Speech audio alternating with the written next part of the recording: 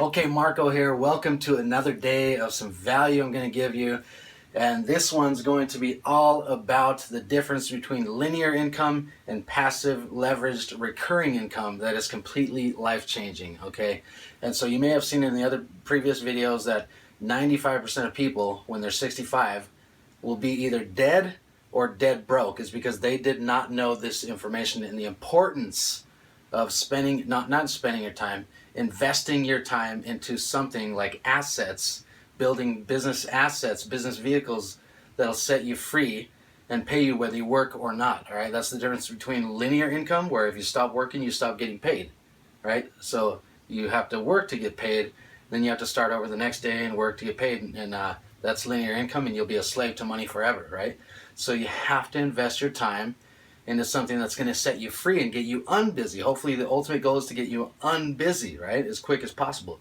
But people spend all their time chasing money, so they never have any time, which is more valuable. Time is more valuable than money. You've learned that. So that's the difference. You're going to spend time getting good at something either way for the next 5 years, right? This is a 3 to 5 year business plan, and I'm going to show you kind of some of the assets that you can build. Completely crazy, all right? And then you'll know why we're talking, where we have to start. We have to start with home business for most people, because most people don't have the income and they don't know why, all right? So they haven't built these assets, so they don't have the money, right? You got to have money to make money, right?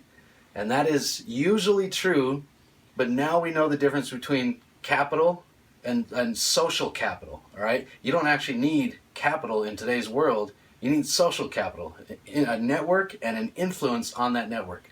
Okay, so linear income.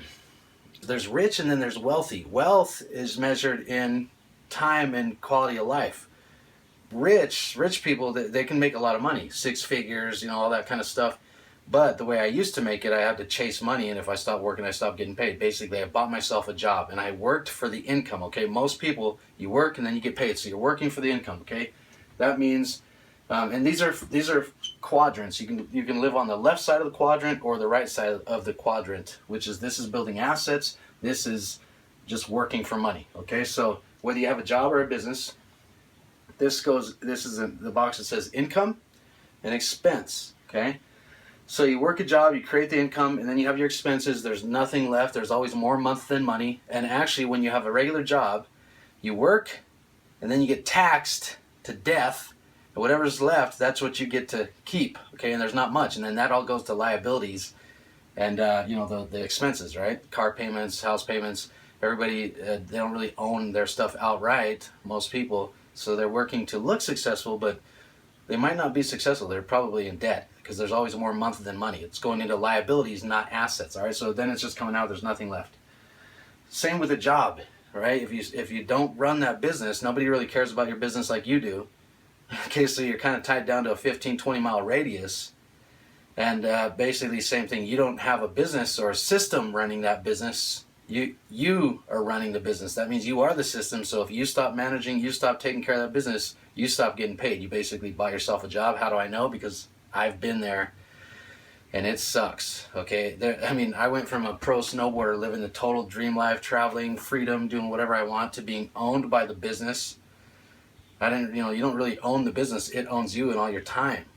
And you're actually the last one to get paid. You got to pay out all your overhead, your employees, mortgage, insurance, paperwork, investors, banks, lawyers, crazy headaches and stress. And I hated all the deadline. I don't have the mental stamina for that kind of stuff. There's so much risk and paperwork. I hate paperwork. So basically, if I stopped working, I stopped getting paid. So I worked for the income. All the expenses and overhead, there was nothing left, okay? A lot of risk there, and it just takes up all your time. You end up telling your family and your friends all the time, oh, I'm so busy, I'd love to go on vacation, but I can't. And you can't take off and travel the world like this for 6 months, because when you get back, your business is toast, all right? What you want is a system running your business. I'm going to talk about assets later. So I hope that makes sense. This is in the E and the S quadrants. Employee, where, you probably know by now, if you're an employee, you're building somebody else's dreams, not your own. And you're getting taxed in the worst tax category ever. And that's not just a catchy phrase. It's not what you make, it's what you keep. Okay? Not what you make, it's what you keep. So keeping a lot of it is better than getting a second job. And I'll show you how we do that. But then it's for smart people, okay? Self-employed. So this is something different, okay? Now, it's a little better than a job, but basically now you bought yourself a job. And I mean, I'm talking professionals. You know, I was a professional snowboarder, athlete. I don't care if it's a doctor, lawyer. The more titles you put behind your name, the less anybody can take your place when you're gone, right? And you want to be at Disneyland with your kids or something, but you can't, because if you stop working, you stop getting paid. So, you know, you're kind of slave to the practice, and literally, you know, you can't take off. It's like you're stuck. And there's no freedom there. It's really crazy. So that's the difference between assets and liabilities. Now, when you want to move over here into big business or investing, I'll tell you the differences. Big business is, according to the magazines, you know, Fortune, Forbes magazine, if you have 500 people or more in an organization that know how to follow a system, and they don't actually need you in the building. They don't need you for the business. They know what to do. They're following the system. Like McDonald's, the owner of McDonald's does not have to be in the building. Right? He didn't even make the best burgers. He made the best system. Simple. Any high school dropout can run that building, and it's proven to make money. A McDonald's will give me a loan, and on the McDonald's, if I wanted to, because they know they're going to get their money back. It's a proven system, right? Not a lot of risk for them because it's a really good system. But anyway, I have to be willing, and you have to be willing to work for free, right? Not work for income. Work for free. And this is the big paradigm shift that you got to be, you have to absorb and realize that it's delayed gratification. You know why people get jobs in small businesses, regular traditional businesses with no leverage, is because you kind of get paid right away. Oh, I want the money every 2 weeks, right? There's no risk there. They don't have to take the risk like the owners do. And then they complain that they never get paid what they're worth. And it's true, because they never took the risk to get the reward, right? In normal business, it takes 5 years to get into profit normally. You have to pay off everyone else, the employees and all the stuff, investors, banks, and you're the last one to get paid, okay, in the old school, traditional, regular business. And that's fine. You have to have delayed gratification, but you have to have the right mindset to work for free for a while, okay? But when you build it and you take the time, you get good at this, and you stick in and follow the system and really almost dumb it down, it takes... I know a lot of really smart, sharp, broke people, because they're not willing to learn how to dumb it down and stick in long enough to understand how to follow a system. A lot of smart people and professionals, they're not coachable, and they get in these, you know, the home business stuff, and they want to do it their own way and reinvent the wheel, when these are proven step-by-step systems, right? And you have to follow the system to be able to show somebody else and teach them and lead with the system. So eventually you have a system running your business, not you running the business, right? And these systems can run 24 hours a day.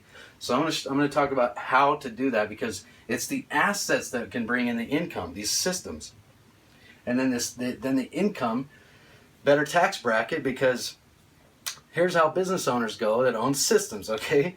We work, we build the assets bring in the money. We have all of our overhead and laptops and traveling and business expenses, and we pay all, you know, we do all those expenses, and then whatever's left, that's what we pay taxes on. Okay? Remember, employees, you work, you pay all your taxes, and whatever's left, that's what you get to spend. So, and it all goes into liabilities, not assets, so that's why there's no money left. Business owners, okay? Work, bring in the money, spend the money, expenses, overhead, all the stuff, traveling, you know, all of that. And whatever's left, that's what we pay taxes on. See, that's the difference between rich and poor. It's financial education, okay? So now, let me talk about some of the assets you can build. Businesses. With this extra money, I've been able to invest in other businesses, and I don't actually work in the building anymore. Other people do, and I just help them get started, and my value, my money, helps them do their thing. And I have businesses those are assets that pay me dividends and appreciate over time if they're growing.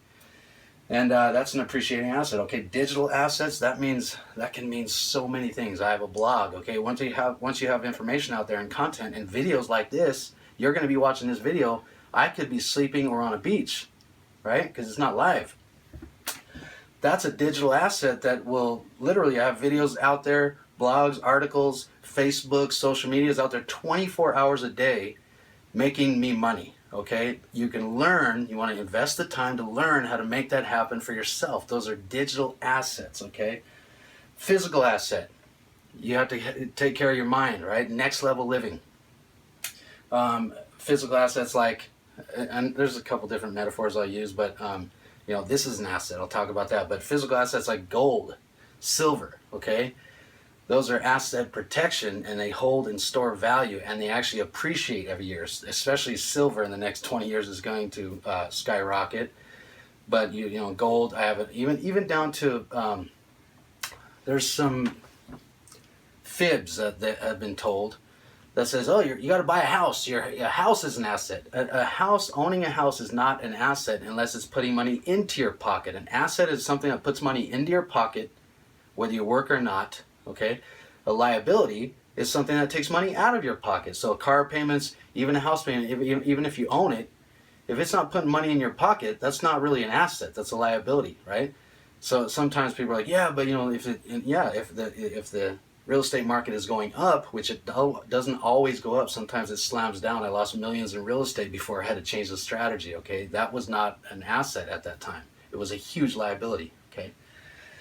But there's even physical asset like I have a classic older car, but the difference between that car and other people's cars that they're making payments on is mine's paid off, and it's actually an asset that appreciates every year. I keep it maintained, make it nice, and every year it gets worth more money.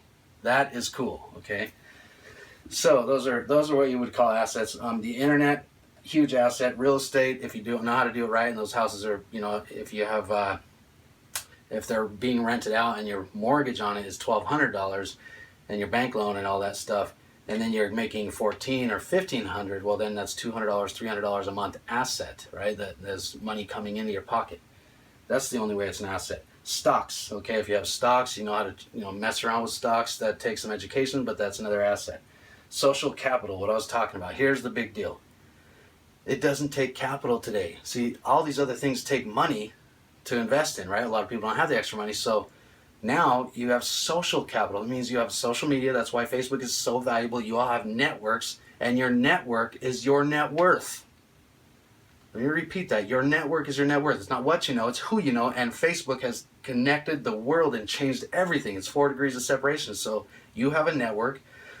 And if you pay attention, just watch Comcast tonight. Watch cable. They're going to say, hey, if you tell your friends and family, your network, about Comcast, we're going to give you $100 off your bill. Why would they do that?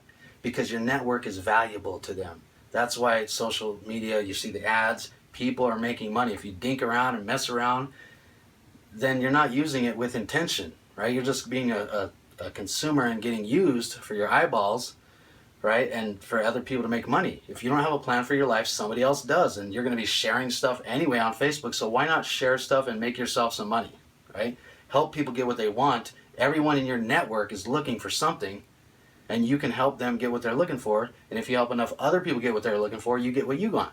You get what you want. All right. So become valuable. It's social capital, social influence. Digital and cryptocurrencies. Okay, that's a new buzzing word. I'm going to be moving into those subjects. Been studying, and I invest there, and it is completely wild. Okay, but those are digital assets. Gold, silver, like I said, collectibles. Your contacts, those are valuable. Your contacts are assets, okay? It's not what you know, it's who you know.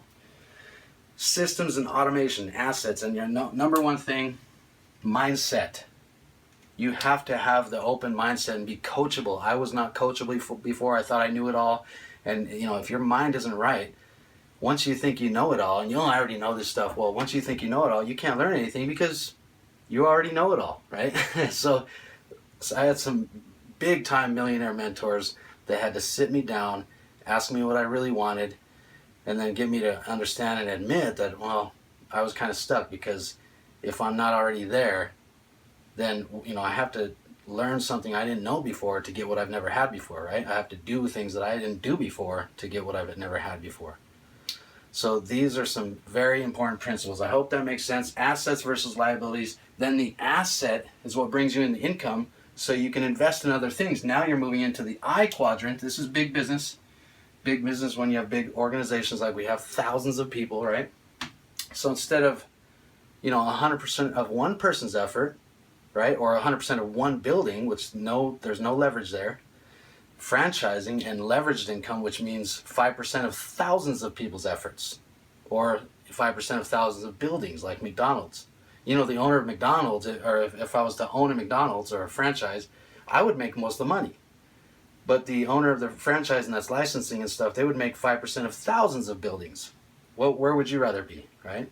So there's situations that we're going to teach you how to make that happen online with no risk. It's really crazy these days.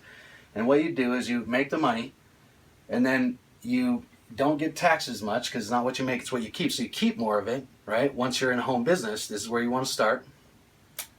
A home business, these multiple streams of income, the extra channels of income, taxed less, so you have the money to invest in other things. Now you have multiple streams of income for a financial fortress around you and your family that nothing can penetrate, okay? And that snowballs because it brings you in more money, you're taxed less, you take the money, invest in something else, and then you have all these streams of income coming in. So the average millionaire has around, millionaire or billionaire has 7 channels of income coming into their business or their house and their family. And that's how you get the quality of life that you're looking for. Not just working, chasing money. The harder you work, the more successful you get in traditional old school business, the more busy you are. And so some of my mentors said, well, don't you want to get unbusy? Why would you keep spending all your time getting good at things that are going to keep you busy when all you say is you want to get unbusy so you can be around your kids and travel the world and have the experiences that you really want to do in life and build your relationships, right? Time is more valuable than money. Number one regret when people are on their deathbed is, I wish I had more time. I wish I would have done more with family and relationships. It's never, I wish I would have worked harder on my business, right? So you want to build these assets, these businesses that give you the 24-hour, save you time so you can do the more meaningful things in life, right? So that's why I'm a present father. I get to work from home. This stuff is priceless.